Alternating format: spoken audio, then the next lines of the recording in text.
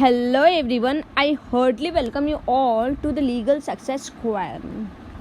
In this particular session, we will be dealing with 4 sections, that is section number 140, 163, 163A and 166 of the Motor Vehicles Act 1988.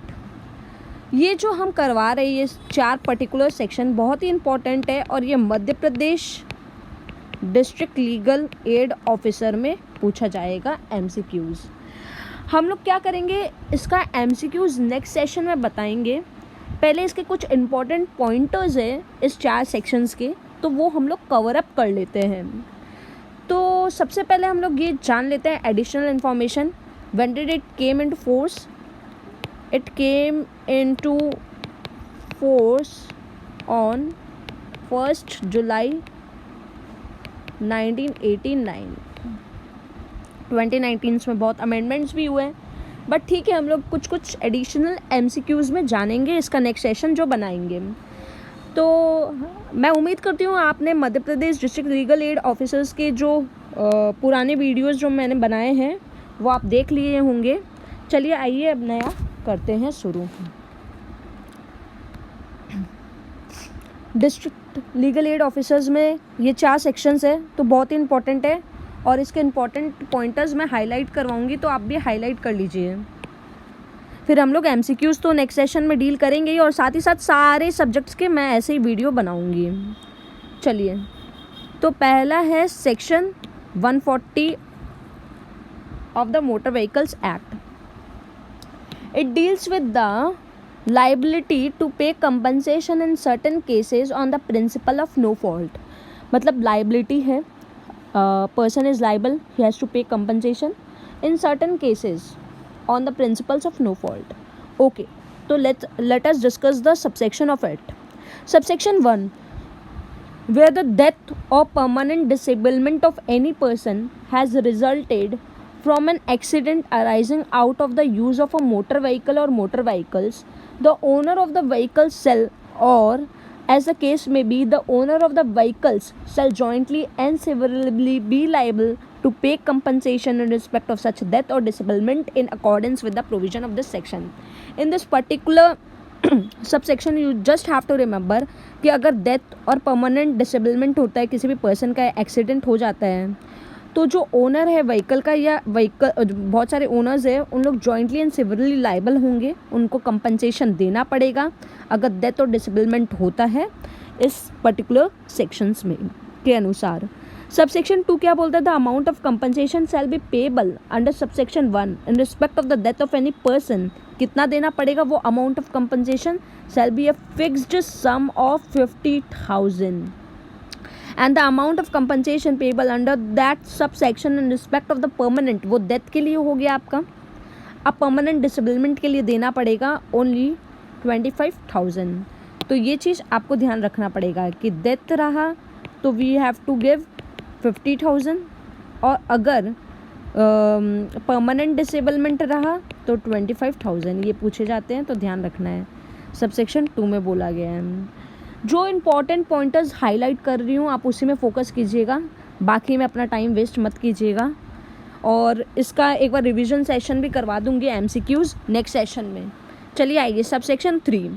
In any claim for compensation under subsection 1, जो claimant है shall not be required to plead and establish कि death और permanent disablement जो भी हुआ है in respect of which the claim has been made was due to any wrongful act, neglect or default of the owner or owners of the vehicle or vehicles concerned or any other person। तो Clement जो है अगर जो compensation ले रहे हैं वो जो है वो प्लीड या ये इस्टेब्लिश नहीं करेगा कि जो भी उसका डेथ हुआ है या परमानेंट डिसेबलमेंट हुआ है जिसके खिलाफ वो क्लेम मांग रहा है वो wrongful act, neglect, default owner के कारण हुआ है या ओनर्स के कारण हुआ है, उसको प्लीड और इस्टेब्लिश नहीं करना है।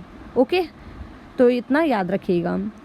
फिर सबसेक्शन 4 में चलते हैं। बोलता है कि claim for compensation under subsection 1 shall not be defeated by reason of the wrongful act, neglect or default of the person in respect of whose death or permanent disablement the claim has been made, nor shall the quantum of compensation recoverable in respect of death or permanent disablement will be reduced on the basis of the share of such person in the responsibility of such death or permanent disablement.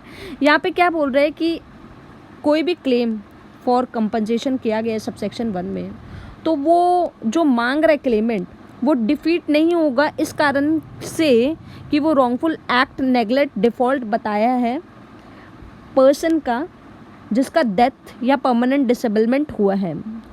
The claim has been made, जो भी claim मांगा है, ना ही contempt of compensation जो भी उसको मिलने वाला है वो रिड्यूस होगा, इस कारण रिड्यूस भी नहीं होगा. ओके, चलिए 5th में पहुँचते हैं.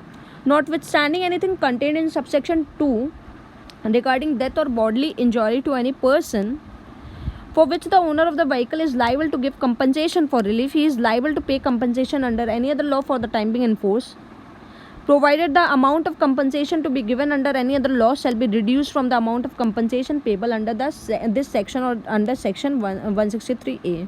अब क्या बोल रहे हैं कि अगर उसको compensation मिलना चाहिए और जो ओनर है वो लाइबल है कि उसको compensation देना है दूसरे लॉ में के अनुसार भी, तो वो दे सकता है, पर उसका जो अमाउंट ऑफ कंपनसेशन है ना वो रिड्यूस हो जाएगा. मतलब जब सेटलमेंट होगा तो उस रिड्यूस हो जाएगा. एक लॉ के अनुसार अगर उसको देना पड़ रहा है 50,000 और दूसरे लॉ के अनुसार उसको देना पड़ रहा है 40,000, तो क्या हो जाएगा, 10,000 जो है वो रिड्यूस हो जाएगा. या 60,000 अगर देना पड़ रहा है तो वैसे करके रिड्यूस होकर उतने अमाउंट उसको मिल जाएंगे. तो इस तरीके से ध्यान रखना है. चलिए आइए आप नेक्स्ट सेक्शन से डील करते हैं. That is section number 163. 163 in the motor vehicles act. ये किससे डील करते हैं? Scheme for the compensation, scheme for the payment of compensation in respect of hit and run motor accidents. Okay, so let us discuss this provision. पहला है the central government में bye notification in the official gadget scheme बना सकता है जहाँ पे specify करेगा manner, scheme कैसे एडमिनिस्टर्ड होगा जनरल इंश्योरेंस कॉरपोरेशन के द्वारा. जनरल इंश्योरेंस कॉरपोरेशन के द्वारा central government form, manner, time और कितने with in which application for compensation में बी मेड, ऑफिसर्स, अथॉरिटीज़ किसको एप्लीकेशंस देना चाहिए, क्या प्रोसीजर्स फॉलो करना चाहिए, क्या अथॉरिटीज़ होने चाहिए अगर वो ऑर्डर्स पास करना है या एप्लीकेशन करना है, या जितने भी मैटर्स कनेक्टेड है या इंसिडेंटल है to the administration of the scheme and payment of compensation, ये सारा चीज़ क्या करेगा, स्पेसिफाई करेगा सेंट्रल गवर्नमेंट सारा प्रोसीजर. दूसरा है subsection 2. A scheme made under subsection 1 जो है मे प्रोवाइड दैट, अगर कोई भी कंट्रावेंशन होता है कोई भी प्रोविज़न का तो वो पनिशेबल है विद इम्प्रिजमेंट विच में बी स्पेसिफाइड, पर वो एक्सीड नहीं करेगा 3 months, और with fine which may extend to such an amount as may be specified, पर वो एक्सीड नहीं करेगा 500 रुपीज़. तो ये आपको ये याद रखना है कि अगर कोई भी कंट्रावेंशंस होता है प्रोविजंस पनिशेबल सेक्शंस का, तो वहाँ पे फ़ाइन लगेगा 500 एंड 3 months इम्प्रिजमेंट है. चलिए नेक्स्ट सेक्शन में, नेक्स्ट सब सेक्शन में चलते हैं. जितने भी पावर्स और फंक्शंस और ड्यूटीज़ है और या इम्पोज किए गए हैं कोई भी ऑफिसर और अथॉरिटी के द्वारा इस स्कीम के द्वारा, वो may be delegated with the prior approval. यहाँ पे प्रायर अप्रूवल होना बहुत ज़रूरी है, जो कि वो डेलीगेट करेगा with the prior approval in writing of the central government by such officer or authority to any other officer or authority. तो मतलब विद द प्रायर अप्रूवल होगा, ये ध्यान रखना है.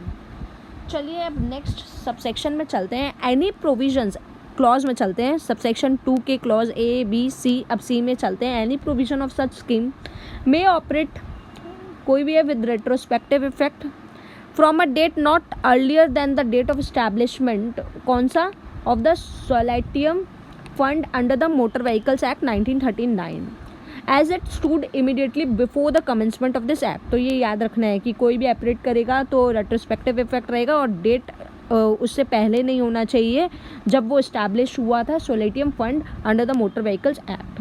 Provided no such retrospective effect, पर retrospective effect कब नहीं होगा, shall be given as to prejudicially, अगर वो अफेक्ट कर रहा है इंटरेस्ट ऑफ एनी पर्सन जो गवर्नड हो रहा है इस प्रोविजन के द्वारा. ओके, तो इसमें जो इम्पोर्टेंट था मैंने वो भी लिख दिया, इसका भी बता दिए. चलिए अब आगे चलते हैं हम लोग. Section 163A which talks about the special provisions as to the payment of compensation on structured formula basis. बहुत ध्यान से सुनिएगा ये provisions. Notwithstanding anything contained in this act or in any other law for the time being in force or instrument having the force of law, कुछ भी क्यों नहीं लिखा हुआ किसी एक्ट में या किसी और लॉ में या कोई भी इंस्ट्रूमेंट में जिसका लॉ के अनुसार वो इन्फोर्समेंट में है, एप्लीकेबल हो सकता है, तो जो ओनर है मोटर व्हीकल का या ऑथराइज इंश्योरर, याद रखिएगा ओनर ऑफ मोटर व्हीकल और ऑथराइज इंश्योरर, उन लोग लाइबल है कि उन लोग को क्या करना पड़ेगा, देना पड़ेगा डेथ के समय या परमानेंट डिसेबिलिटी के समय due to accident arising out of the use of motor vehicle, compensation देना पड़ेगा। और वो किस में मेंशन है, very very important, as indicated in the second schedule. ठीक है, किसको किसको देना पड़ेगा, वो देना पड़ेगा टू द लीगल एयर्स और to the victim as the case में भी। एक्सप्लेनेशन के अनुसार याद रखिएगा लीगल एयर्स और विक्टिम लिखा हुआ है, ये क्वेश्चन पूछ सकता है, गार्जियन भी लिख सकता है, तो ये सब आपको ध्यान रखना पड़ेगा कि दो ऑप्शंस दिए हुए हैं, लीगल एयर्स और the victim as a case में भी। एक्सप्लेनेशंस क्या है, for the purpose of this section permanent disablement का मतलब वही मीनिंग होता है जो कि वर्कमैन कंपनसेशन एक्ट 1923 में है, ध्यान रखिएगा। आगे सबसेक्शन 2 क्या बोलते हैं कि अगर कोई भी claim for compensation under subsection 1, ठीक है, claimant not be required to plead और इस्टेब्लिश, क्लेमेंट नहीं बोलेगा, प्लीड नहीं कर सकता, ना ही इस्टेब्लिश कर सकता है डेथ या permanent disablement in respect of which the claim has been made, जो भी क्लेम उसके द्वारा मांगा गया है due to wrongful act, neglect, default of the owner of the vehicle और व्हीकल्स कंसर्न और एनी अदर पर्सन। क्लेमेंट को यहाँ पे स्टैब्लिशमेंट प्रूव करने का ज़रूरत नहीं है कि डेथ और डिसेबलमेंट जो हुआ है वो ओनर के नेग्लेक्ट, रॉन्गफुल एक्ट या डिफ़ॉल्ट के कारण हुआ है, ये सब प्रूव करने के लिए ज़रूरत नहीं है। आगे subsection 3, the central government may keeping in view the cost of living by notification in the official gazette may from time to time amend the second schedule, amend कर सकते हैं, सेकंड शेड्यूल कर सकते हैं। Okay, now the last section, section 166 application for compensation. Okay, ध्यान से सुनिएगा, ये यहाँ पे क्या बोल रहे हैं कि an application for compensation arising out of an accident for the nature specified in subsection 1 of section 165 may be made, किसके द्वारा एप्लीकेशन हो सकता है, by the person who has sustained the injury, by the owner of the property, और जहाँ पे death result हो गया कैसे, from the accident, by all, तो कौन कर सकता है, all or any of the legal representatives of the deceased, याद रखिएगा, all or any of the legal representatives of the deceased.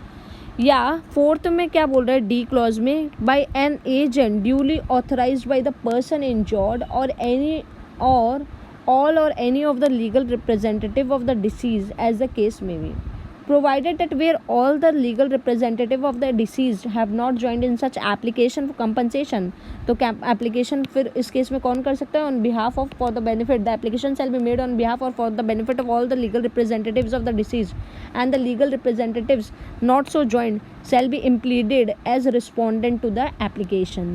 ठीक है, इस तरीके से माना जाएगा। फिर सबसेक्शन 2 क्या बोलते हैं कि every application under subsection 1 shall be made at the option of the claimant, किसको, either to the claims tribunal having jurisdiction over the area in which the accident occurred, जहाँ पे एक्सीडेंट ऑकर हुआ है तो वहाँ पे ट्राइब्यूनल को दे देंगे, और to the claims tribunal within the local limits of whose jurisdiction the claimant जहाँ पे रिसाइड करता है, कैरीज ऑन बिजनेस करता है वहाँ पे, या जहाँ पे डिफेंडेंट रिसाइड करता है, and shall be in such form and contain such particulars as may be prescribe, provided no such claim for compensation under section 140 is made in such application, the application shall contain a separate statement to that effect immediately before the signature of the application। और फिर last में 3 repeal हो गया होगा, हट गया, last में the claims tribunal shall treat any report of the accident forwarded to it, treat करेगा अंडर सेक्शन, पर उसको आना चाहिए, फॉरवर्ड किससे होना चाहिए, सेक्शन